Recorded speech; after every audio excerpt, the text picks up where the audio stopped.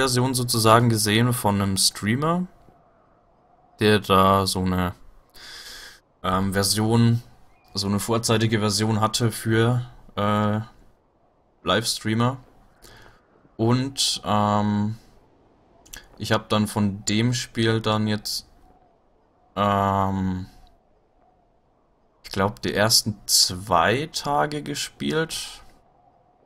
Irgendwie so.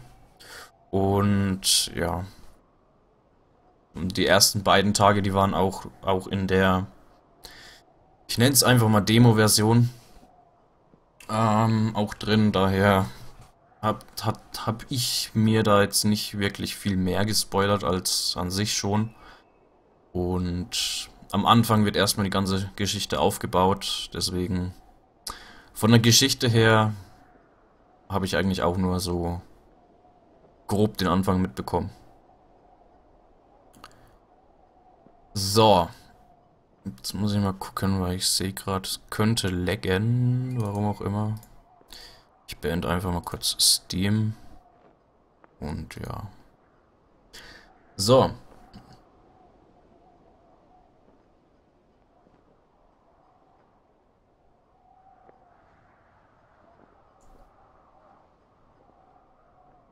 Imperialdramon.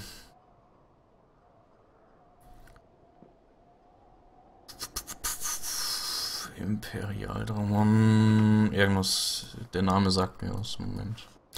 Googeln wir doch mal schnell. Imperialdramon.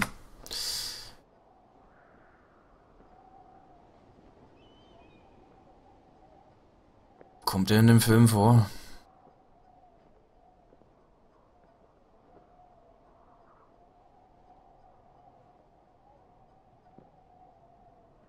Ich weiß es gar nicht. Ich glaube nicht. Keine Ahnung. Am Ende von der zweiten Digimon Adventure. Okay. Dann kenne ich eine. Vielleicht schon mal gesehen, keine Ahnung. Aber naja. So, ansonsten, was heute geplant ist, kann ich nicht wirklich sagen. Wir haben halt die Spiele, die wir an sich so schon spielen. Fallout 4, Bayonetta. Was noch? Was noch?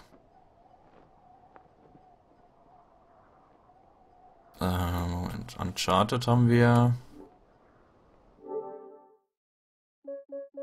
Uncharted und Digimon. Und, ach ja, stimmt. Until Dawn haben wir auch noch. Spielen wir heute auf jeden Fall weiter Until Dawn. So, und ansonsten, ja. Firewatch. So. Hitbox mag keine Bilder. Oder nur spezielle Bilder anscheinend. Starten wir doch mal und schauen mal so, Settings kurz. Stimme 100%. Falls irgendwie was zu laut, zu leise ist oder sonst was, sagt Bescheid. Ach ja, womit ich auch ganz gerne anfangen möchte, irgendwann mal, relativ bald, eventuell am besten, sogar dieses Wochenende, ist Earthbound. Weil Earthbound hatten wir ja mal angefangen, aber ich werde komplett neu anfangen, weil es doch schon sehr, sehr lange her ist. Und an sich, ja. Weil Earthbound ein gutes Spiel ist. Ein sehr, sehr gutes Spiel. Und ich sowieso sehr, sehr lange, schon seitdem ich mit dem Megusta Games LP Kanal auf YouTube angefangen habe ich eigentlich schon seit damals das Bedürfnis, das Spiel Leuten zu zeigen. Aber bisher nie wirklich dazu gekommen. Und das möchte ich doch endlich mal machen. Aber zuerst spielen wir ein bisschen Firewatch. Ich würde sagen, vielleicht pro Livestream-Session einen Tag oder so. Ein Tag sollte immer so um die eine Stunde, 1,5 Stunden ungefähr gehen. Und ja. Sollte, denke ich mal, ganz gut reinpassen.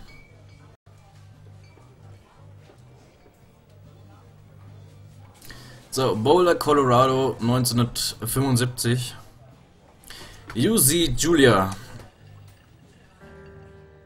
She's about your age, late 20s, laughing with well-dressed professors and grad students from nearby CU Boulder. You, Henry, are out drinking with your pals. You approach her. You are drunk. So, what's your, major? Oder you're pretty. Wir sind mal der komische Creep. Spielen heute mal den Creep. You're pretty. You're pretty, she says coolly. You're not. You're a future hangover. What? You reply confused. Someone should buy your cheeseburger, she says. She flags down a waiter and 1 week later, you are Julias boyfriend. Sehr schön. Ging schnell. So, meinen Rucksack mitnehmen. Ganz wichtig.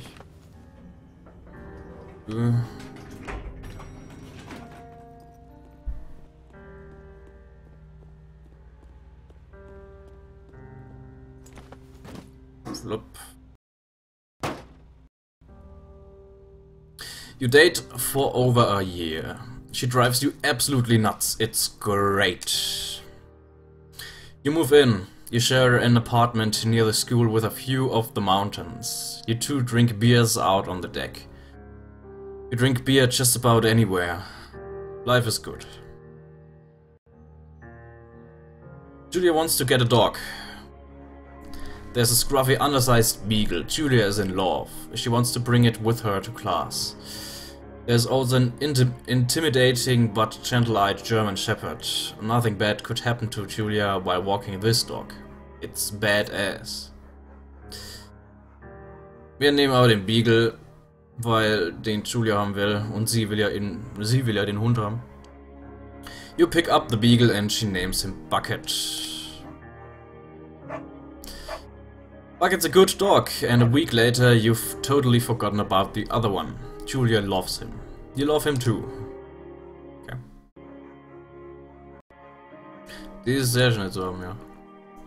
1979. You talk out on the deck. It's summer, 9:30 p.m.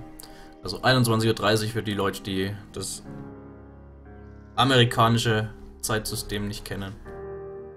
And the heat still radiates off of the high desert. What do you think about kids? She asks. Kids? They are not very smart or good at much. I'm saying if you and I have a couple little idiots. That would be pretty good. In that case, we should probably get married.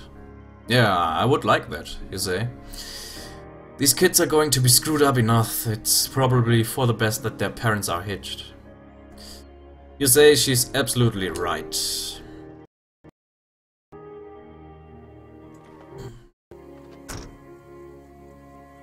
So, mein Rucksack, der ist nicht mehr da. Gott. Also ein paar Performance-Probleme erkennt man schon ein bisschen. Aber sind jetzt nicht so extrem.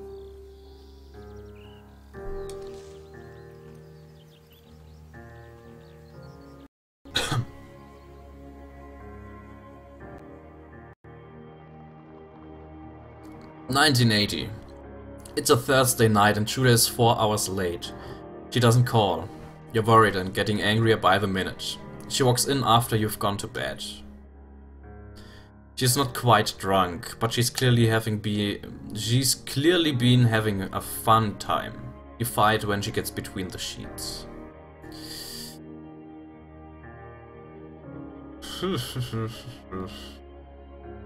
You get mad. You call her an inconsiderate asshole. She tells you to fuck yourself and to not be such a baby. You call her selfish. She knows you mean it, and it hurts her feelings. 1981. Julia still likes to draw. She draws plants from her research. She draws all the places you go. She draws you. You pose and flex like He-Man. You frolic like a Victoria's Secret. He-Man! You look awesome!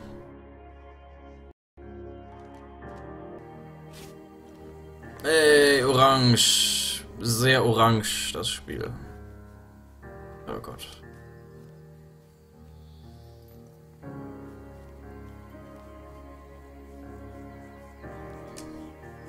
Whoop.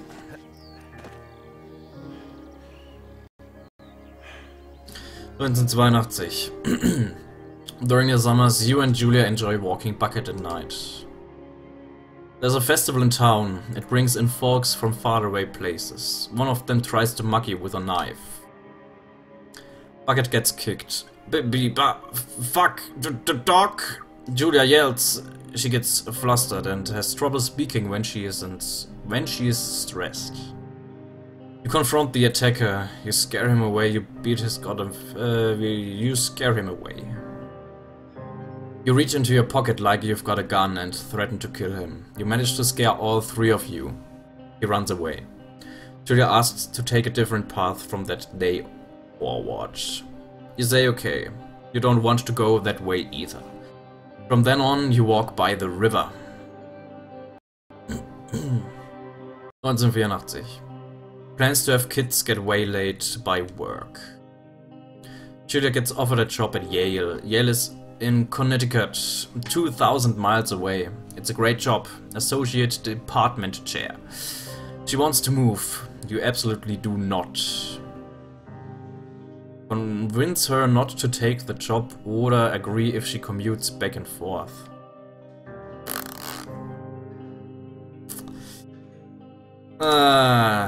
So sind wir mal einverstanden, wenn es hin und her fährt.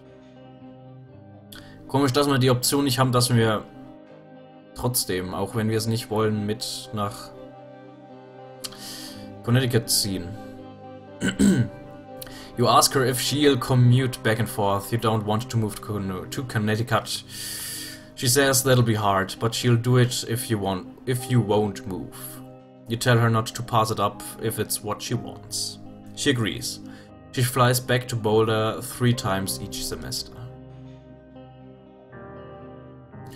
1985. Julia is sent home from Yale on paid leave after having an episode.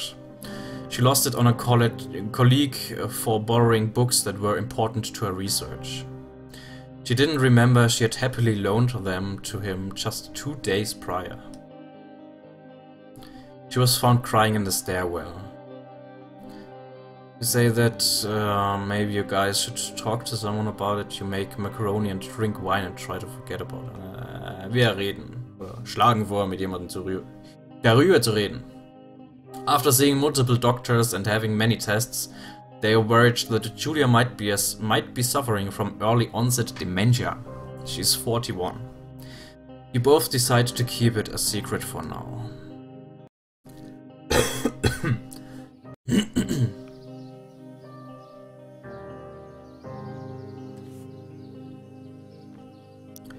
He-Man, penis.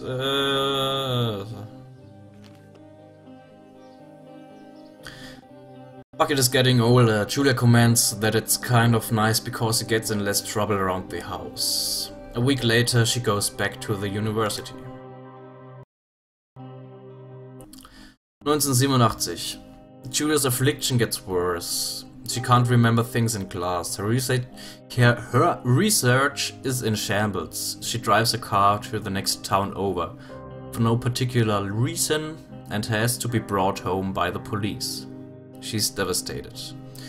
She's sent home on permanent medical leave. Some days you get the Julia who calls you a dope and your unborn children little idiots. Other days you get a stranger. She pulls you into bed to make love. After 5 minutes she goes into panic, believing her dad is at the door. You tell her family. They are crushed and begin to make trips to and from their home in Australia to visit her. For a while your friends come by with little things to brighten the day. She gets worse.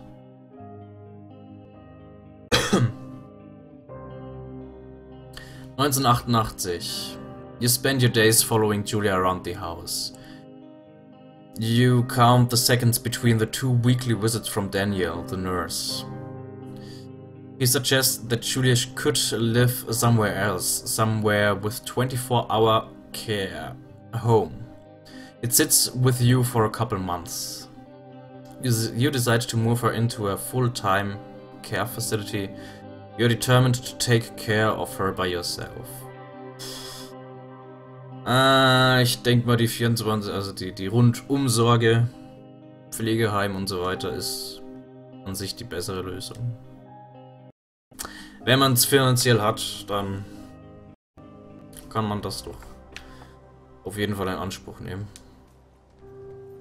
Ansonsten macht es einen ja selbst extrem fertig. Also ich selbst kenne zum Glück keinen wirklichen, oder keine Person, die Demenz hat oder so, aber das, was ich gehört habe von dement Erkrankten, beziehungsweise von der Familie und näheren Verwandten und so weiter, die sich halt um die Person kümmern und so, es ist extrem anstrengend, extrem stressig, habe ich zumindest gehört. Also es kann wirklich sehr extrem werden. Und da ist so ein Pflegeheim auf jeden Fall keine schlechte Wahl. Her family agrees with your decision. You find a fantastic place in Boulder and move her there. You see her every day, then every other day. You go out to the bar with your old friends. It's not the same. You get the feeling that every wife tells her husband, if you ever put me in a home like Henry did, I will cut your balls off. You slowly decide to not see your old friends that much. 1989. Julia's sister Susan moves to Boulder to be close to her. She visits her every day. You go with her some of the time. Susan buys you an old typewriter and urges you to use it if you won't see a therapist. You won't. You've always really liked Susan. Months go by. Bucket dies. Julia doesn't remember him when you tell her. Sometimes it takes her a minute to lock in on you. In the back of your mind you believe it's because you see her less and less, and seeing her less and less makes her forget you more, you think. Summer is coming and you see an ad in the paper for a job. You take it. So viel zum Hintergrund-Info-Intro sozusagen. Das war jetzt in der Demo nicht drin, dieses textbasierte Story-Erzählzeug, aber ich glaube, ab hier die ersten beiden Tage sind so gut wie gleich. Soweit ich mich richtig erinnere. So, von der Demo her und von dem eigentlichen Spiel.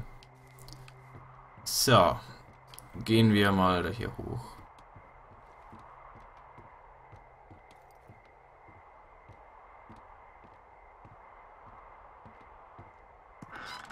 Turn on the power.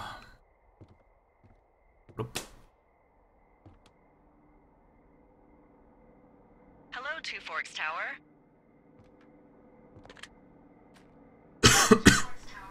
Two Forks Tower, this is Thoroughfare Tower. Come in. Hello? Whoever this is? It's Henry, right? Yeah. I'm Delilah. Yeah, that's what the guy said on the phone.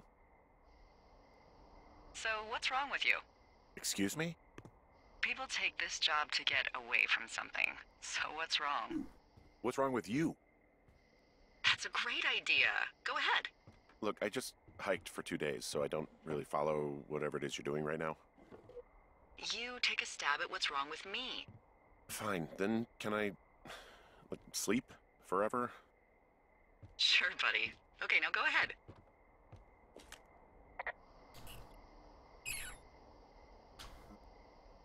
Okay, you've killed 3 husbands. You're a black widow and you're just out here until the heat dies down and then you'll kill again. Ooh, very good. Bravo, Henry. Okay, I sleep now? Not quite. Now you. Okay, good night, bye. Let's see. I don't know anything about you. I say you got fired from your job and have finally decided to write your novel. That's the sort of bullshit reason you'll find a man out in the woods. Good night. Welcome to the job. So. Traurig, ja. Aber so ist das Leben. Für manche zumindest. Die erleben sowas in der Art wirklich tatsächlich mit. Also jetzt weniger die Arbeit mit dem Feuer, mit der Feuerwache. Good morning, Henry. Well, I guess good Aber afternoon. You probably slept like a rock. Anyway, there's still a few hours of daylight to get some work in. I can see you at your desk, so call me when you're ready. Hey, sorry, guess I slept in. You got a relaxing, what, 14 hours of sleep? Whew. Yeah, Jesus, I guess it's what, 6? 6:45. Whoops. Don't worry about it. That hike puts everyone out of commission for a day or two. But now that you're up, let me quickly get you acquainted with the job. There's a thing in the middle of your room with a round map on it. Do you see it? Okay, yeah, I see it. This is the Osborne Firefinder, invented in 1914 by W.B.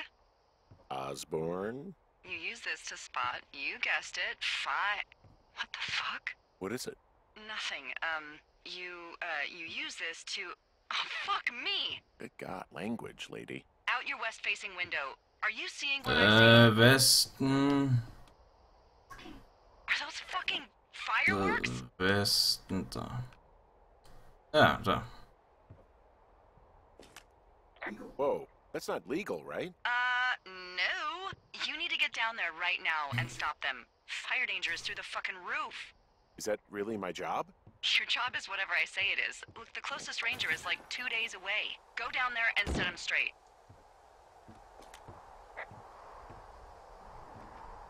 Like, kick the shit out of him sort of straight? No. Jesus, no. What? I'm not a cop. It's not like I've got a rule book over here. Just make sure they don't do it again. Take their shit. All right, fine. Don't feed anyone a knuckle sandwich. Get going. You'll probably need a rope to get down the shale between you and the lake, if I remember right. There should be one in the supply box on the way. The code is 1234. It's actually that for all of them. Secure. Shut up. So. Und, das war das erste Spielelement. Das zweite Spielelement ist jetzt gerade aktuell. Das sind die zwei größten Spielelemente, die wir hier vorfinden werden. Einerseits die Dialoge mit der netten Dame am anderen Ende und einfach das Hin- und Hergelaufe zwischen Punkten. In dieser wunderschönen Landschaft. Sehr, sehr schön auf jeden Fall. I found the supply box. Great. 1, 2, 3, 4. So, das ist auf der Map. Cache, okay.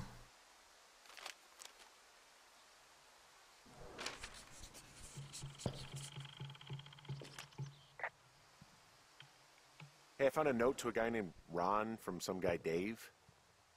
That's probably Dave Gaskell. He's completely nuts. Is that right? Harmless, but yeah, one of those, you know, fall off the grid and eat Ron, hey man. Guy couldn't take it, so I locked up his lookout and put some stuff in the box. Found one of those bars you liked, hiking into the park, but let's get fucked when I'm back. Dave! ants for a week type, totally fucking cuckoo. Which is kind of what the job attracts. Do people lose their shit doing this job? There's a note that says a guy just left his post. It happens, yeah. You're not gonna pop your top, are you, Henry? I wasn't planning on it. I tracked down that rope. It was right where you said. Great. So you should be set to get down to the lake. Da ist noch was. Hey, there's a snack in here. I'm probably gonna eat it. You definitely do not want to